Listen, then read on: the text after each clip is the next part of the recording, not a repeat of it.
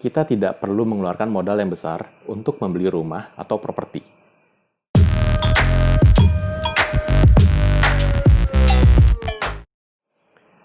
Halo Sobat KPR, jumpa lagi dengan saya, Oki dari KPR Academy. Dalam episode kali ini kita akan bahas tentang untung pakai KPR. Apa aja sih sebenarnya keuntungannya pakai KPR? Setidaknya ada 5 hal yang bisa menjadi keuntungan kita di saat kita menggunakan KPR. Yang pertama adalah, kita tidak perlu mengeluarkan modal yang besar untuk membeli rumah atau properti. Kenapa? Karena sebagian besar akan ditackle sama pihak bank atau lembaga pembiayaan. Jadi, quote-unquote modal kita cukup uang mukanya aja. Nah, uang muka berapa besar? Ya tergantung. Ada pembatasan-pembatasan yang diberikan oleh Bank Indonesia selaku regulator, sehingga ada segmen-segmen tertentu yang mungkin secara DP bisa bebas sekali gitu, bisa mungkin sampai sekecil 1% atau 5% gitu. Tapi balik lagi, pelaksanaannya itu diserahkan oleh Bank Indonesia kepada masing-masing bank. Jadi perlu diingat, sekalipun ada aturan main yang menjelaskan bahwa bisa DP-nya kecil, belum tentu itu diterima oleh semua bank atau dipraktekkan oleh semua bank. Kenapa? Karena masing-masing bank itu punya risk appetite-nya sendiri, atau istilahnya punya pemeringkat selera terhadap resiko kredit yang mau diambil sama dia masing-masing. Nah, masing-masing bank itu beda-beda. Nah, itu juga yang sebenarnya ngakibatin bunga bank itu juga beda-beda, karena masing-masing ya punya strategi sendiri lah intinya dalam mengelola portfolio KPR-nya. Keuntungan kedua adalah kita jadi dikenal sama bank. Nah, apa sih untungnya jadi dikenal sama bank? Emang kalau dikenal sama bank jadi ada satu privilege atau ada suatu keistimewaan tersendiri kah? Dalam hal ini saya mau cerita tentang dikenal sama bank karena kita minjem KPR. Dikenal sama bank dalam konteks ini adalah kalau misalnya kita melakukan pinjaman yang lumayan, misalnya contoh 500 juta atau 1 miliar gitu. Biasanya tuh, bank kan ada nasabah itu tuh dibeda-bedain tuh, disegmenin lah istilahnya. Jadi ada yang nasabah biasa gitu, ada yang nasabah agak perlu lebih diperhatikan sedikit, lebih sedikit itu misalnya nasabah preferred, atau ada yang lebih tinggi lagi nasabah prioritas, atau lebih tinggi lagi ada yang misalnya soliter, wealth. Intinya dari bank banyak sekali sebutan untuk nasabah-nasabah yang prime tersebut, yang kelas atas. Nah, ada kalanya pada saat kita ngambil KPR dalam jumlah yang lumayan besar, yang kayak tadi saya bilang sekitar 500 juta atau 1 miliar, itu ada beberapa bank yang memperlakukan hal yang sama, seakan-akan kayak itu adalah nasabah prime-nya dia gitu. Jadi kita jadi nasabah prime bukan karena kita naruh uang besar, tapi quote-unquote karena utang kita lumayan besar gitu. Tapi ya tentunya balik lagi kan, kalau ngomong KPR ya itu hutang karena kita butuh supaya kita bisa dapetin rumah secepat mungkin. Masuk ke keuntungan yang nomor 3, yaitu yang tadi sempat saya sebut sedikit. Kalau kita beli pakai KPR, kita akan cepat serah terimanya. Kenapa?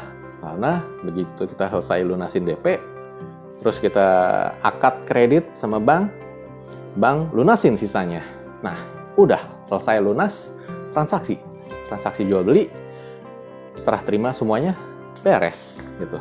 Beda kalau misalnya kita masih nyicil. Masih nyicil mungkin memang ada beberapa penjual yang cukup percaya diri untuk ya nggak apa-apa, mulai nyicil udah boleh nempatin gitu. Tapi balik lagi ya nggak semua penjual seperti itu. Kenapa? Karena ada risikonya juga. Kalau seandainya nanti nggak lunas dicicilnya, nanti itu bisa jadi potensi masalah dan itu repot beresinnya. Keuntungan keempat, kalau kita pakai KPR adalah kalau misalnya seandainya rumah tersebut harganya naik di masa depan, ya kebetulan itu rumah udah kita tangkep. Nah, tinggal masalahnya jadi 2 pertimbangan aja nih pada saat kita beli rumah tersebut. Apakah kita beli rumah tersebut untuk kita tempati, atau kita beli rumah tersebut untuk kita jual lagi. Nah, kalau kita jual lagi ya kita untungnya berlipat-lipat tuh, lumayan. misalnya harga 100, kita ada bayar DP 10% gitu.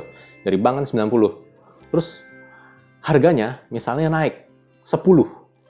Nah, itu kan kalau ngomong di atas kertas ya, di luar bayar pajak dan kewajiban-kewajiban lainnya ya. Kalau ngomong di atas kertas, hitungan sederhananya adalah pada saat terjadi kenaikan 10 harganya, itu dari modal kita naik 100% untungnya. Dari modal 10, kalau misalnya seandainya kita bisa jual lagi 110 gitu. Terus modal kita dibalikin gitu. Kan kita lunasin bank kan 90, karena bank kan membiayainya 90. Kita tadinya punya modal cuma 10, naik kan. Kalau misalnya harganya naik 110, kita jual, terus kita lunasin hutang kita ke bank 90, nah naik kan tuh jadi 20. Tadinya DP kita cuma 10, sekarang kita jadi punya uang 20. Nah itu naiknya berapa persen? 100%, itu gede.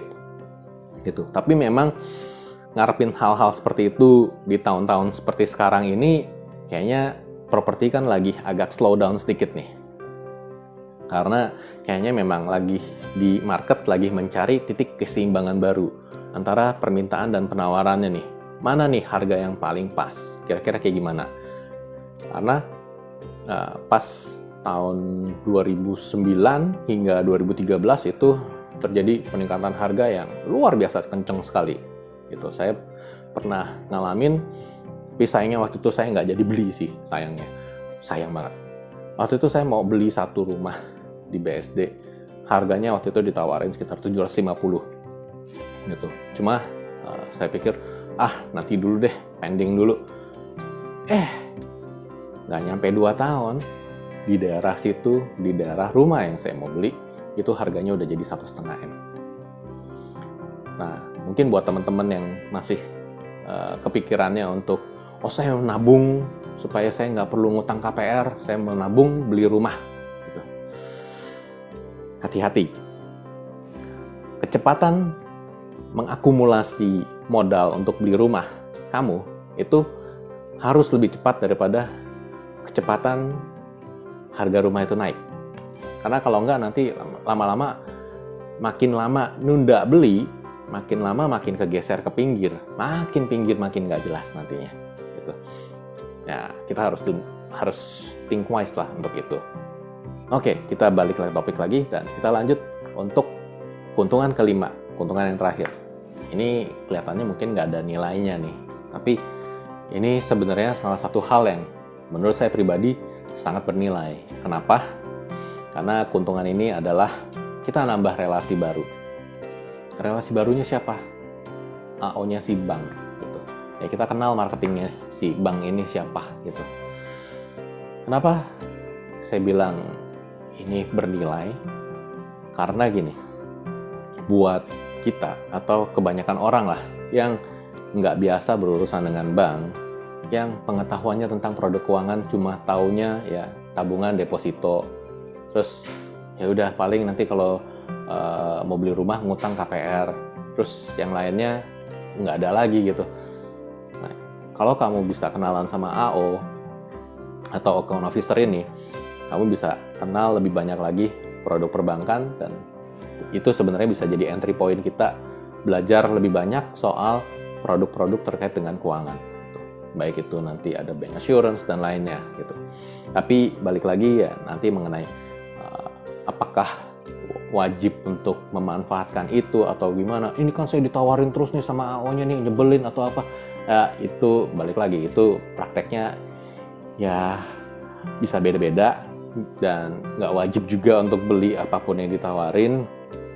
Tapi satu hal, saya cuma melihat dari sisi sudut pandang yang lebih luas bahwa dengan kita mengenal AO, kita jadi bisa, quote-unquote, kita jadi lebih aware lah sama produk yang namanya produk keuangan. Gitu.